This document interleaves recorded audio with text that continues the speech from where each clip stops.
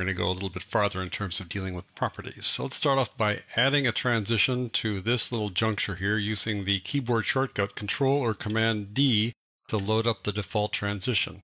And there it is, it's the cross dissolve transition. Now to see the properties for a transition, you need to click on it to select it. You can tell it's selected because it gets dark like that. That means it's now active or selected. And now to see its properties, you need to open up the Effect Controls panel, which is normally up here in the upper left-hand corner. It is, in fact, up there if you go to the Window Workspace Editing workspace. So go to the Effect Controls panel, and this shows any effects you've applied to a clip, or in this case, to a transition. First order of business, I think, is to change the view to show actual sources. So click this little checkbox here. I just like to have that open all the time, so you might as well get it that way too. So now the issue is changing the duration of the transition. The default duration as set in preferences is 30 frames or 1 second here in NTSC, and we can change it in a couple of ways. Here inside the Effect Controls panel, we can just change the number here by clicking on it to highlight it. When it turns blue like that, you can type in a new number. So I'll type in 2:00, press the Enter key, return, and I've got a 2-second transition now.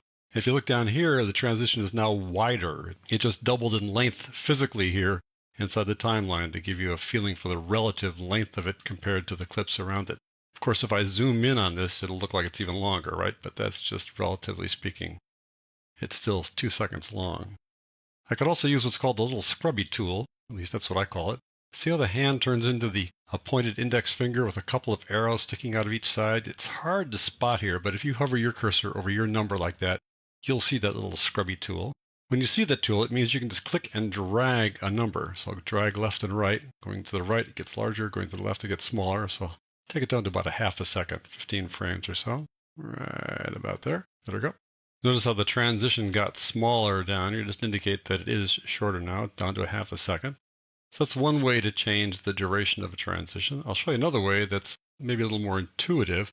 The transitions down here work kind of like clips in that you can trim them. If I hover my cursor down here, you see the trim tool popping up here. Well, that's the clip trim tool. That's not a transition trim tool. You need to somehow get the transition trim tool to show up here. But when it's so small like this, it's hard to get it to show up. So you can expand the view of the timeline by pressing the plus key a couple of times. But right now the timeline is not active. The Effect Controls panel is active. So if I press the plus key, the Effect Controls timeline will change. See that? I want to do the same thing down here, so I click down here to make this active. And now I press plus a couple of times, and once I do that, I can maybe get the trim tool to show up. See how it shows up there? Looks like a trim tool with a transition in the middle of it. Here it's pointing to the left, here it's pointing to the right. When it's pointing to the right, that means you can change the length of the transition from the left-hand side. I can make it shorter or longer. So I'm dragging it out to the left to make it longer. Same thing on the right-hand side. I can either make it shorter here or longer this way. If I go left, it'll stop at the edit point. It can't go any farther to the left. If I go right again, it'll stop at the edit point. Whack right there, and won't go any farther. There you go. That's how you can change the length of a transition. And here it's a little more intuitive because you can see how it looks relative to the rest of the clips, and you can watch it there in the program monitor to see exactly where the transition begins or ends. There we go. Let's watch that transition now. There we go. All right. You can also change the alignment of the transition. Now up here, you can just drag the transition left and right like that. Now if you don't see this little timeline here, it's because this guy got closed. It'll look like this. If it looks like this, you don't see a little timeline, then go to this little dotted triangle there and click that. And that opens it back up. And here you can drag the transition left and right to change the alignment. This little black line in the middle here is the edit point. There you go, dragging it back and forth. Once you do drag it back and forth like that, you've now changed it from centering it at the edit to a custom location. So now it says custom start here in this little drop-down list. If I go back to center, then we can line it up like that. Notice that as I hover over this edit point, it turns into the rolling edit tool. You can do rolling edits here from within this little timeline. Just drag it left and right, and I'm doing a rolling edit between those two clips. If I pull it left like this, the transition stays in place, but watch down there in the sequence. Watch how the edit point now jumps to the left. Boom, like that. I'll go back here like this, it'll jump to the right. There you go. So you can make a rolling edit up here as well as down here. The way you do it down here, of course, is that you need to hold down the Control or the Command key, and then you click, and now you have a rolling edit tool like so. And again, the cross dissolve does not go away when you make this edit. All right, let's move on to another transition that has a few more properties. I'm going to go to the changing place or time sequence. I've got the shot of the Matterhorn there in the fall and the shot of the Matterhorn here in the winter. I want to put a transition between the two that says we are going to a new time. So I'm going to go over here to the effects panel, slide this guy over to the effects panel, which is normally down here in the lower left-hand corner. Go over to video transitions. I'm going to go to 3D motion. Let's apply the doors transition there, right there. Notice how as I drag it left, I can align it so that it ends at the edit. Drag it to the middle, it hovers over it, it overlaps both. And here it begins at the edit point.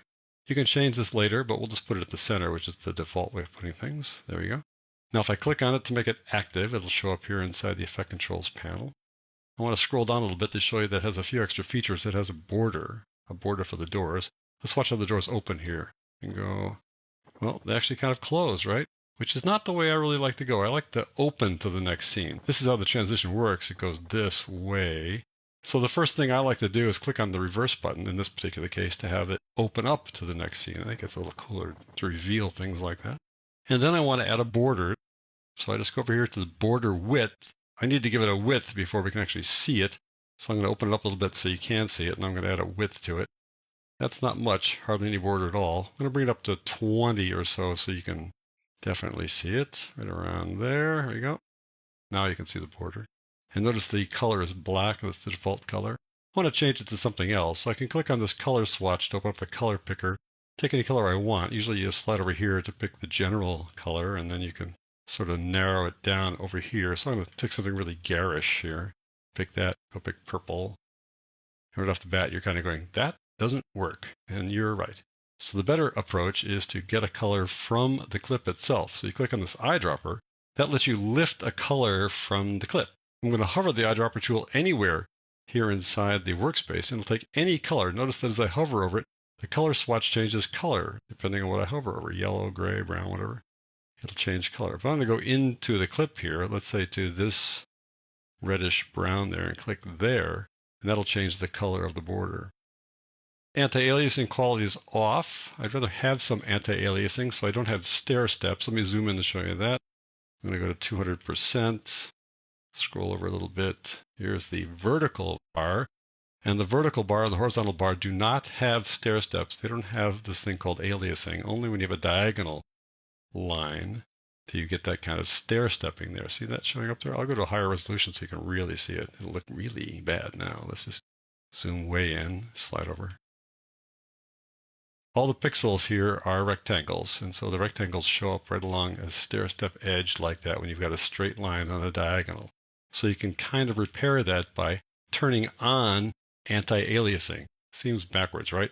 Anti-aliasing is off. Why don't they just say aliasing is on? But nevertheless, anti-aliasing is off, so we'll turn it on, and we'll start out low. It just makes things kind of fuzzy. It kind of has a gradual color difference from one to the next, rather than being starkly brown and starkly blue. It kind of makes a gradual shift from one to the next.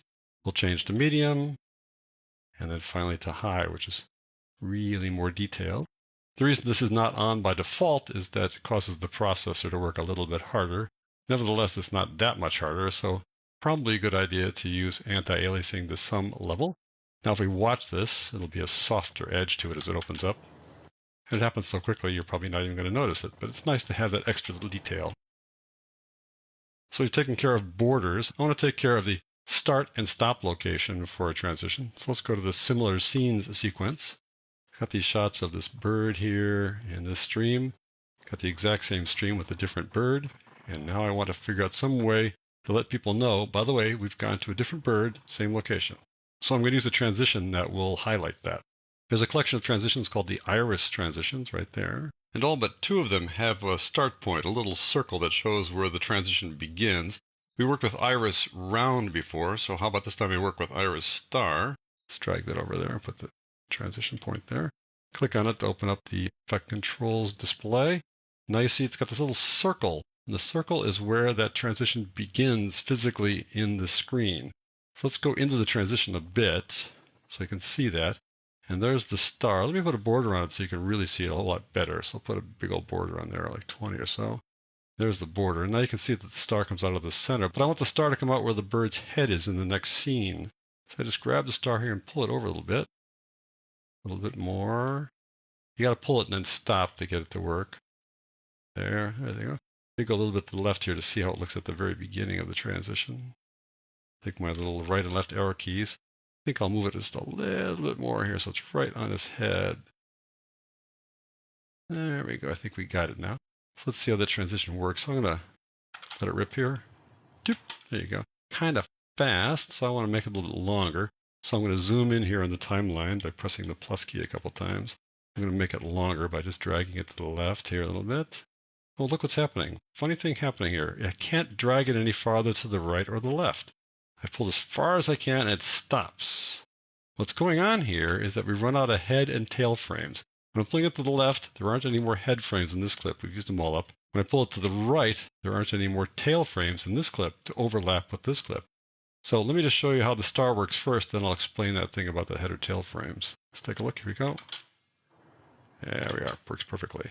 So let's talk about the head and tail frames. Over here in the Effect Controls panel, in the view here of this transition, up here in the timeline, if you look in the upper right-hand corner, there's a little triangle there saying, no more tail frames. You've run out of all of them. You can't use any more. The edit point's here.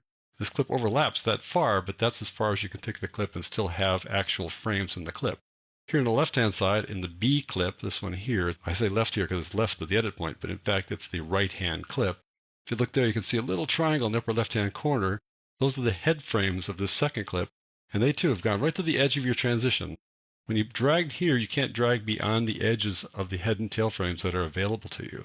But if you want to drag beyond them, if you want to make the transition even longer, you can make it longer by dragging up here in the timeline. So I'm going to drag this guy left. Okay, I'm going to drag this guy right. And look what's happened. Let's watch the transition for a second. Here we go.